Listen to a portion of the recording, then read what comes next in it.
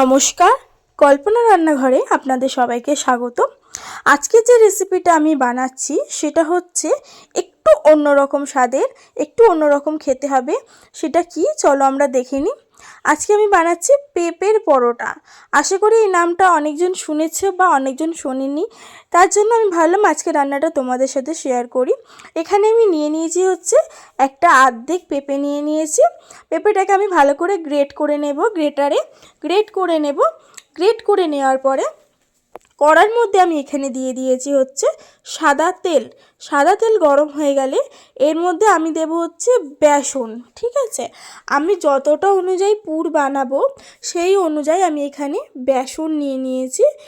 বেসনটাকে ভালো করে তেলের মধ্যে আমি মিক্স করে নেব, একদম ভালো করে, যাতে একদম লাল লাল হয়ে যায়, যাতে এরকম দেখতে হয়ে যায়। এর মধ্যে আমি এখানে দিয়ে দেবো হচ্ছে গ্রেট করা যে পেঁপেটা রেখেছিলাম, সেই গ্রেট করা পেঁপেটা আমি দিয়ে দেব।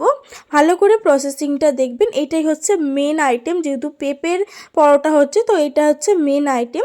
তার মধ্যে আমি আরেকটু পেঁপে দিয়ে দিয়েছি, আমার যতটা পেঁপে ছিল আমি সব একেবারে দিয়ে দিয়েছি এর মধ্যে। দিয়ে আমি ভালো করে আবারও মিক্স করে নেব। নিয়ে এবার আমি এখানে কিছু মশলা অ্যাড করব।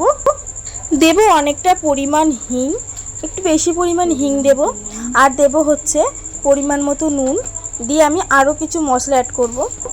আর এখানে দেব হলুদ গুঁড়ো, তারপরে দেব হচ্ছে লঙ্কা গুঁড়ো, তারপর আমি এখানে দেব হচ্ছে ভাজা মশলা। এখানে ভাজা মশলাও আমি দিয়েছি।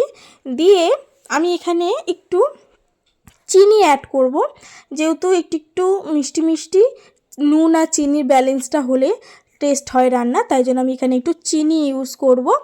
চিনি দেব আমি এখানে। চিনি দিয়ে আমি পুরো রান্নাটাকে ভালো করে মিক্সিং করে নেব।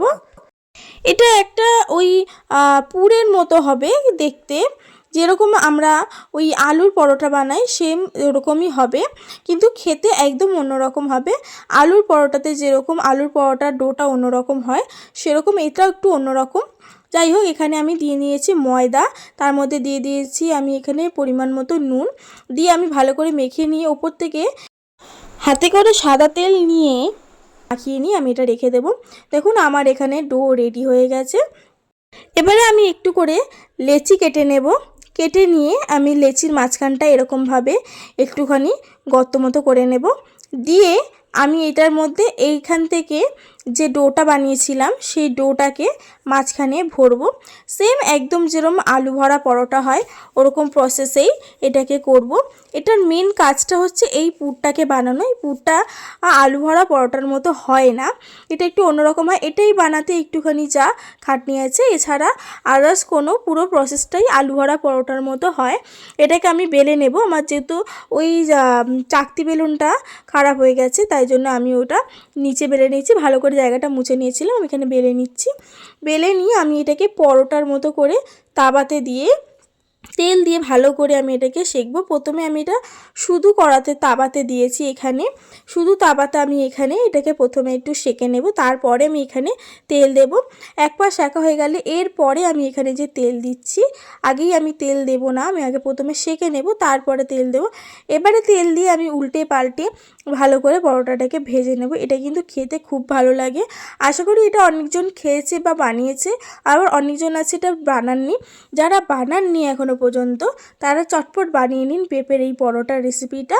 খেতে খুব ভালো লেগেছিলো, একদম অন্যরকম। আমরা তো সবসময় আলুর পরোটা খেয়ে থাকি, এরকমভাবে বানিয়েছিলাম, খেতে খুব ভালো লাগছিলো। এটা আপনারা যে কোনো তরকারির সাথে ইউজ করতে পারেন। দেখা হচ্ছে নেক্সট অন্য কোনো রান্নার ভিডিও নিয়ে। ভালো থাকবেন, সুস্থ থাকবেন, ধন্যবাদ।